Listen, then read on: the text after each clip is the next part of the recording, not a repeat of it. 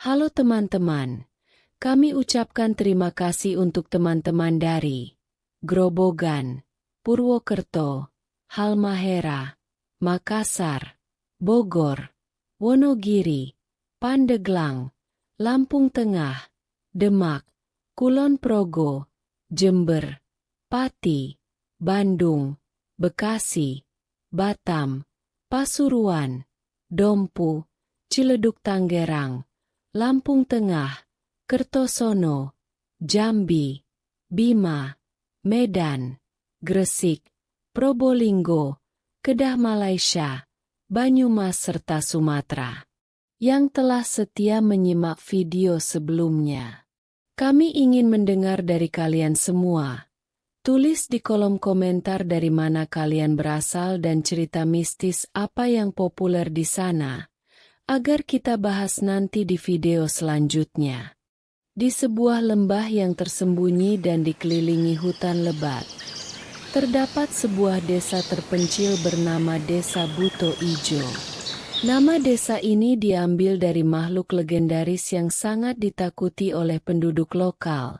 Buto Ijo, sosok siluman raksasa yang berkuasa atas desa tersebut sejak ratusan tahun silam.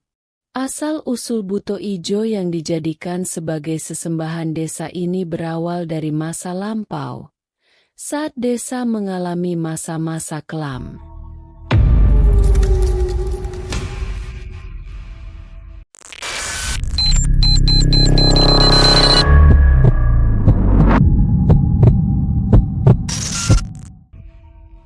Dahulu kala, Desa Buto Ijo adalah sebuah desa makmur.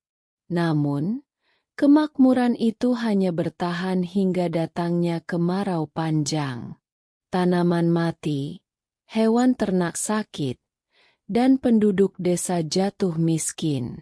Kepala desa pada masa itu, seorang lelaki bernama Ki Jagaraga, terdesak untuk menyelamatkan warganya dari bencana kelaparan. Dalam keputusasaan, Ki Jagaraga bertemu dengan seorang dukun sakti yang tinggal di pinggir hutan. Dukun itu memberikan solusi yang mengerikan. Jika kau ingin menyelamatkan desamu, maka buatlah perjanjian dengan Buto Ijo. Dia adalah raksasa yang bersemayam di hutan ini, penguasa dunia gaib. Namun ingat, setiap kemakmuran ada harganya. Dia akan meminta tumbal sebagai gantinya. Desakan warga yang semakin panik membuat Ki Jagaraga tak punya pilihan. Ia pergi ke tengah hutan di bawah malam bulan purnama dan melakukan ritual pemanggilan. Tak lama kemudian tanah sekitar bergetar hebat dan sesosok Buto Ijo muncul dari kegelapan. Tubuhnya besar, kulitnya hijau gelap, dan matanya menyala seperti bara api. Dengan suara gemuruh yang menggetarkan tanah, Buto Ijo berkata, "Apa yang kau inginkan, manusia kecil?" Ki Jagaraga mengungkapkan permintaannya. Dia memohon kepada Buto Ijo untuk memberikan kekayaan dan kemakmuran bagi desanya. Dengan tawa yang menakutkan, Buto Ijo setuju, namun dengan syarat, setiap kepala desa yang baru diangkat harus memberikan tumbal berupa jiwa manusia setiap tahunnya.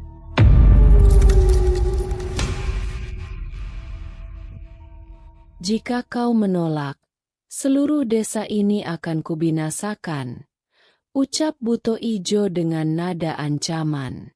Ki Jagaraga terpaksa menyetujui perjanjian itu. Sejak malam itu, desa Buto Ijo kembali makmur. Tanaman kembali tumbuh subur, hewan ternak berkembang biak, dan penduduk desa hidup berkecukupan. Namun, setiap tahun, kepala desa harus memilih siapa yang akan dijadikan tumbal. Tak ada yang bisa menghindari takdir ini. Setiap kali bulan purnama tiba, Jiwa yang terpilih akan diserahkan kepada buto ijo di tengah hutan, di bawah pohon besar yang menjadi tempat ritual pemanggilan. Waktu berlalu, dan para penduduk desa mulai menerima takdir ini sebagai bagian dari kehidupan mereka. Namun, bagi orang luar, kisah ini terdengar seperti dongeng yang sulit dipercaya. Hingga suatu hari, kami, mahasiswa yang tak tahu apa-apa, datang ke desa tersebut untuk melaksanakan program KKN. Kepala desa saat itu, Pak Samin, tampaknya sangat berpengaruh dan dihormati oleh semua penduduk. Tapi di balik senyuman ramahnya, ada sesuatu yang gelap dan mengerikan. Aku, seorang mahasiswa bernama Aris, bersama teman-temanku sedang mengikuti program KKN di salah satu desa di daerah tersebut. Awalnya, kami tidak mengetahui tentang keangkeran desa Buto Ijo. Kepala desa saat itu, Pak Samin, menyambut kami dengan ramah. Namun, dari tatapan matanya, tersirat sesuatu yang menyembunyikan misteri. Rumah Pak Samin adalah rumah terbesar di desa, dengan ukiran-ukiran Jawa kuno dan patung-patung yang menyeramkan di setiap sudutnya. Saat malam pertama, kami mulai merasakan ada sesuatu yang tidak beres. Aku dan teman-temanku ditempatkan di rumah kecil di ujung desa. Suasana desa sangat sunyi saat malam tiba. Hanya terdengar suara burung hantu dan desiran angin yang membuat bulu kuduk berdiri. Malam itu, aku terbangun oleh suara langkah berat di luar jendela. Suara itu seperti langkah kaki yang diseret, terdengar semakin dekat dan berhenti tepat di depan pintu. Tubuhku menggigil, takut untuk bangkit dan melihat apa yang ada di luar. Tetapi rasa penasaran membuatku memberanikan diri untuk mengintip melalui celah kecil di jendela. Dan di sana, di tengah gelapnya malam, aku melihat sosok tinggi besar dengan mata merah menyala, Buto Ijo. Esok harinya, aku bercerita kepada teman-temanku, namun mereka tidak mempercayai apa yang kulihat. Hingga suatu hari, Pak Samin mengajak kami ke hutan yang terletak di belakang desa. Di sana, ada sebuah pohon besar yang di sekelilingnya dipenuhi dupa dan sesajen. Pak Samin berkata, "Ini adalah tempat sakral. Jangan sembarangan di sini. Di sini kita menjaga keseimbangan antara dunia manusia dan makhluk halus." Aku mulai mengerti bahwa desa ini bukan desa biasa. Ada kekuatan lain yang berkuasa di sini. Dan itu bukan hanya manusia.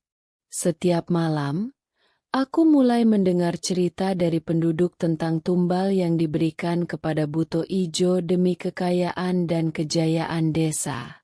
Satu persatu, keluarga di desa ini memberikan anak mereka sebagai tumbal saat bulan purnama.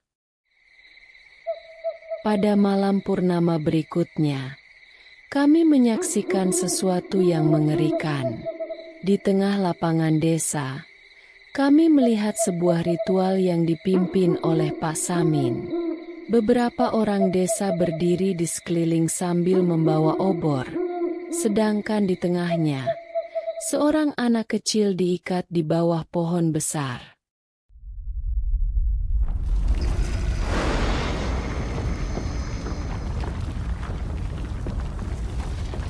Tiba-tiba, tanah di bawah anak itu bergetar, dan dari dalam tanah muncul Buto Ijo dengan taring panjang dan mata menyala.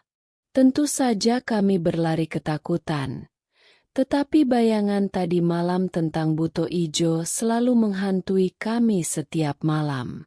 Sejak kejadian itu, banyak hal aneh terjadi. Beberapa dari teman-temanku mulai sakit tanpa sebab yang jelas. Dan penduduk desa tampak semakin aneh. Mereka tidak lagi ramah. Dan setiap kali kami bertanya tentang Buto Ijo, mereka hanya tersenyum dingin. Pada akhirnya, kami menyadari bahwa tumbal yang sebenarnya bukanlah anak-anak desa, melainkan kami, para pendatang.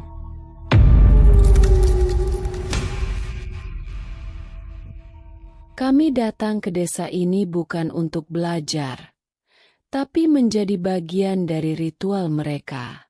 Dalam ketakutan, kami mencoba kabur dari desa di malam terakhir KKN kami, namun Buto Ijo terus mengintai.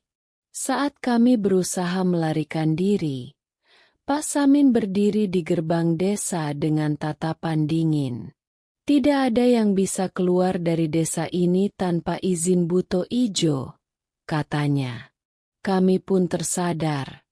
Inilah akhir dari perjalanan kami. Buto Ijo, dengan kekuatan mistisnya, telah menuntut tumbalnya.